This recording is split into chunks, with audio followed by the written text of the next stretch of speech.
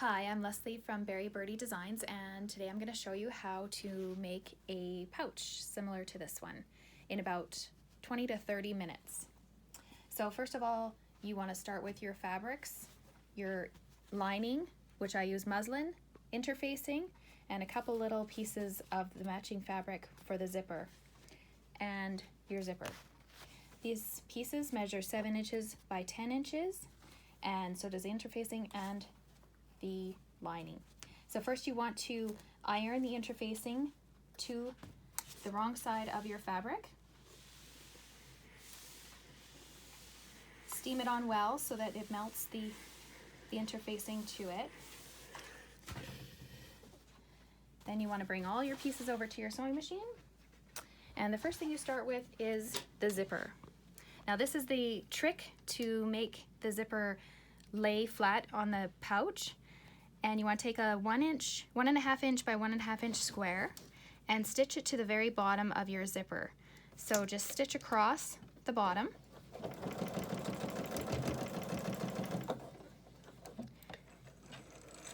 Then you want to trim to about 1/4 inch. And then you want to fold it over, fold it up, and then stitch across it again.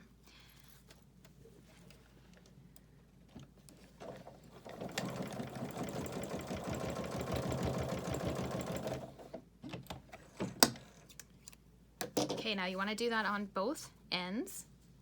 So you have your piece that looks like this. Then you want to take your front piece and stitch the zipper to that.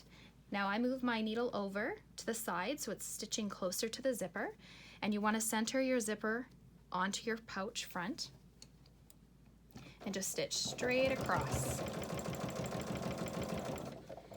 Now when I get to the zipper pull part, I lift my presser foot and pull the zipper to one side so that I don't end up with a bubble where my foot ends up touching it.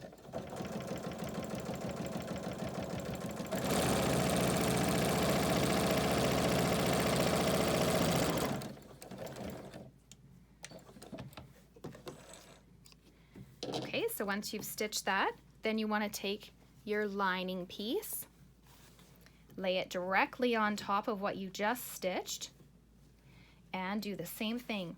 Just be careful where your zipper pull is. So I usually pull it back slightly.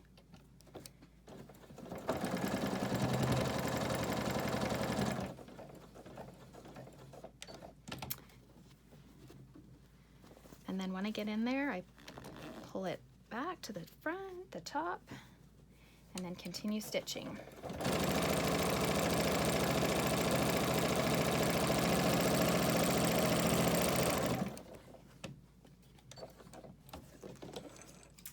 So that is one side of your bag with your zipper sewn in it. Then you do the exact same thing to the opposite side.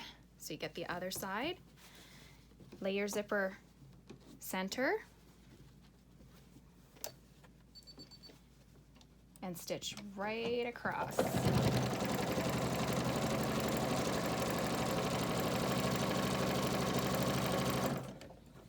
Just don't forget to stop where the zipper pull is, pull it back, then you'll have a nice straight zipper.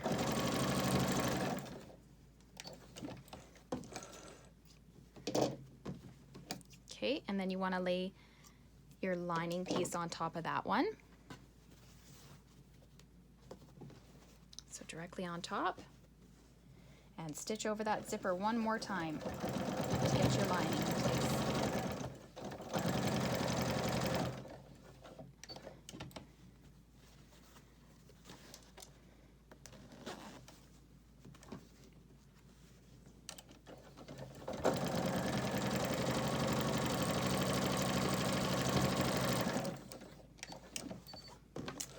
Okay, now once you have your zipper in there, that is looking sharp. You want to do a quick press just to make sure that the lining isn't bulking up underneath the zipper.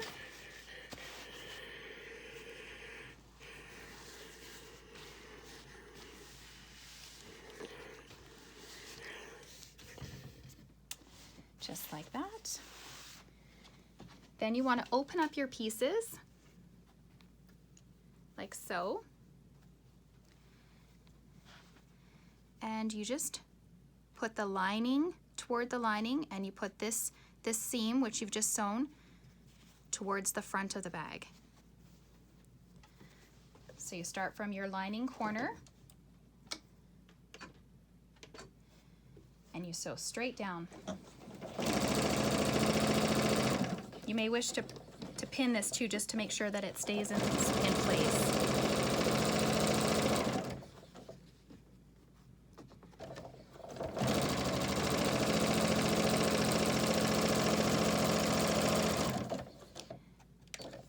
Then stitch across the bottom of the bag.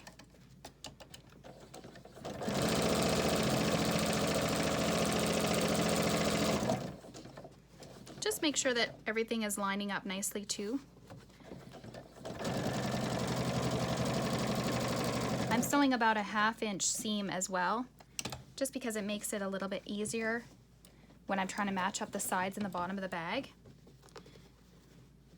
And I like to have a nice big seam, just because then if I make a little bit of an error, then I have a little bit of room to correct things. So make sure your lining is lined up.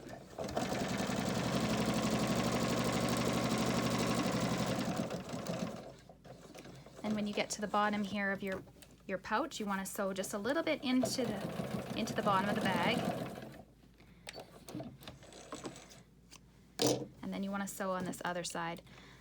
I do it this way because this sometimes happens where your lining ends up to get a little bit bulky. So I find that if I start stitching this way first, then it ends up not lining up very well, so it just works a little bit easier to do it this way. So then you end up with an opening just about 5 inches at the bottom of your bag, and you're ready to turn it inside out.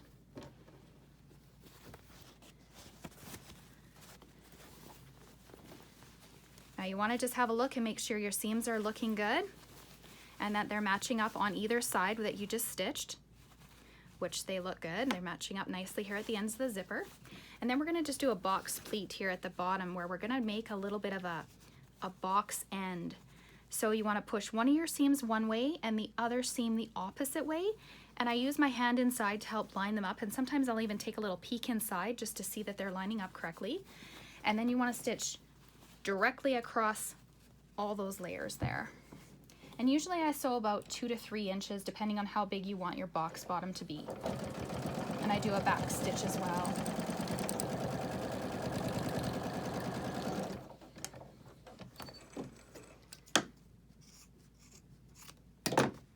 Cut it off. Do the same to all of your sides. Or I guess all of your corners.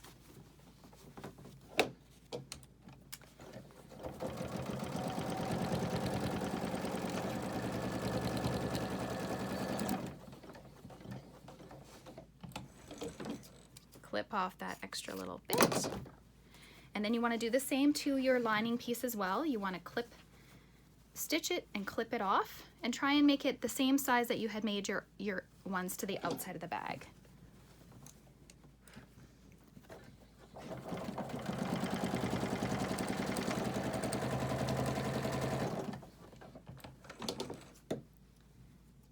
Okay, just like so.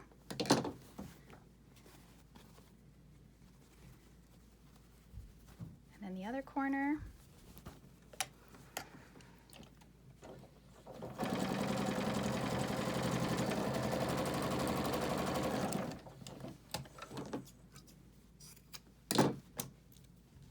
Okay, and then once you're done, you want to turn it inside out.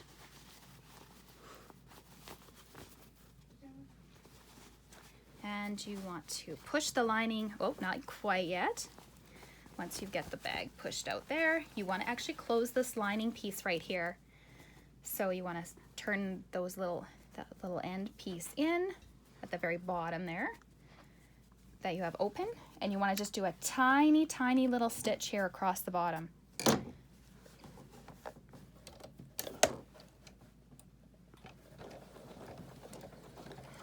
So just a really, really small stitch here across the bottom to close that seam.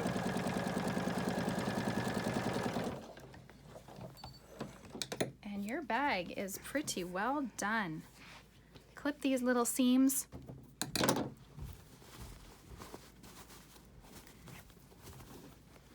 Push the lining in there.